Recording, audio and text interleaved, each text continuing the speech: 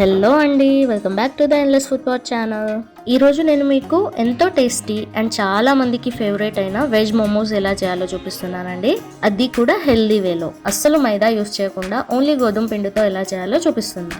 So recipe చూసేద్దాం పదండి. First అయితే ఈ అన్ని వెజిటేబుల్స్ ని సన్నగా తరగాలండి. ఒక 20 వెల్లుల్లి రెబ్బల్ని ఇలా ఫైన్ గా చాప్ చేసుకున్నా. అలాగే ఒక చిన్న సైజు క్యాబేజీ, ఒక 2 క్యారెట్స్, ఒక 10 పచ్చిమిర్చిని కూడా ఇలా ఫైన్ గా చాప్ చేసుకోవాలి. ముందుగా పాన్ లో ఒక 2 టేబుల్ స్పూన్స్ ఆయిల్ వేసి, ఆయిల్ హీట్ అయ్యాక మనం సన్నగా తరిగి పెట్టుకున్న వెల్లుల్లి ఇంకా సన్నగా తరిగి పెట్టుకున్న పచ్చిమిర్చి వేసి ఒక హాఫ్ మినిట్ అలా ఫ్రై చేసుకుందాం.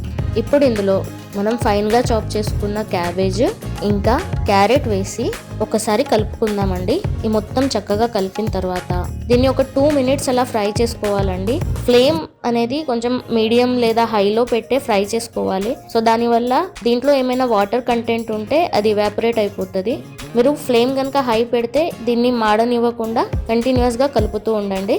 ఒక 2 మినిట్స్ తర్వాత దీంట్లో ఒక 1 టీ స్పూన్ మిరియాల పొడి ఇంకా తగినంత ఉప్పు, ఇక్కడ నేను 1 టీ స్పూన్ యూజ్ చేస్తున్నా, మళ్ళీ ఫ్రై చేయాలండి. ఉప్పు వేసిన తర్వాత వెజిటేబుల్స్ అనేవి వాటర్ రిలీజ్ చేస్తాయి కదా, సో అందుకనేసి మీరు ఫ్లేమ్ అనేది హైలో పెట్టండి. సో దానివల్ల వాటర్ అనేది ఎప్పటికప్పుడు ఇవాపరేట్ అయిపోతుంది.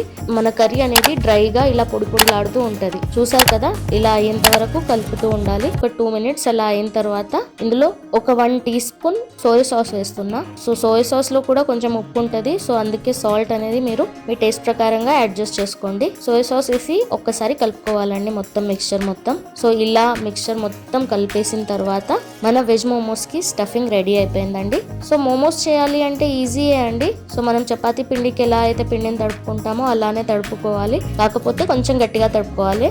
ఒక బౌల్లో 1 కప్పు గోధుమ పిండి తీసుకొని ఇందులో ఒక 1/2 టీ స్పూన్ ఉప్పు, 1 టీ స్పూన్ ఆయిల్ వేసి తగినంత వాటర్ పోస్తూ ఇలా మన పిండిని తడుపుకోవాలి. ఇలా పిండిని తడిపేశాక దీనికి ఒక 5 మినిట్స్ అలా రెస్ట్ ఇవ్వాలి. 5 మినిట్స్ తర్వాత ఈ పిండి చిన్న చిన్న బాల్స్ ఇలా చేసుకున్నామండి. పూరీ కంటే కూడా చిన్నగా ఉండాలండి సైజ్ అనేది. వీటిని ఇప్పుడు మనం రోల్ చేసుకుందాం. రోల్ చేసేటప్పుడు పిండి ఎక్కువగా వేయకండి, ఎంత తక్కువ అయితే అంత తక్కువ పిండిని వాడండి. ఇలా మంచి చిన్న పూరీ సైజులో రోల్ చేసిన తర్వాత మనం స్టఫింగ్ పెట్టుకొని ఇలా అల్లుకోవాలి. చాలా ఈజీ అండి ఇది అల్లడం, ఒక కొంచెం టెక్నిక్ అంతే. ఇలా ఒకటి తర్వాత ఒకటి ఇలా అల్లేసుకోవాలి. అల్లిన తర్వాత మనకు రౌండ్ షేప్ లో మోమోస్ కావాలి అంటే ఈ మోమోకి 2 ఎడ్జెస్ ఉన్నాయి కదా, సో ఆ ఎడ్జెస్ ని ఇలా కంబైన్ చేస్తే అయిపోతుందండి. సో మన రౌండ్ షేప్ లో మోమో కూడా రెడీ అయిపోయింది. ఇప్పుడు మిగిలిన పిండిని కూడా మొత్తం ఇలాగే చేసేసుకొని మనం ఒక స్టీమర్ లో వాటర్ బాయిల్ చేద్దామండి. ఇక్కడ వాటర్ కూడా బాయిల్ అవుతుంది.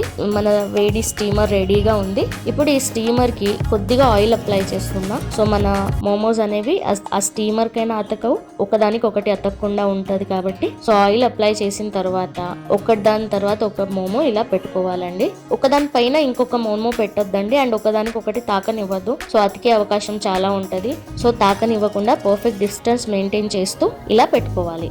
ఒక 10 to 15 మినిట్స్ దీన్ని వదిలేయాలండి. 10 to 15 మినిట్స్ తర్వాత చూడండి ఇది ఎంత పర్ఫెక్ట్ గా వచ్చిందో. అంతేనండి. ఇప్పుడు వీటిని ఒక సర్వింగ్ బౌల్ లోకి ట్రాన్స్ఫర్ చేసేద్దాం. మైనీస్ తో కానీ షేజ్వాన్ సాస్ తో కానీ సర్వ్ చేయండి. ఈ మోమోస్ అనేవి చాలా టేస్టీగా ఉంటాయి. అండ్ ప్లీజ్ మీకు ఈ వీడియో కనుక నచ్చితే లైక్ చేయండి, షేర్ చేయండి, and please subscribe to our channel. Thank you for watching. Until next time, happy cooking.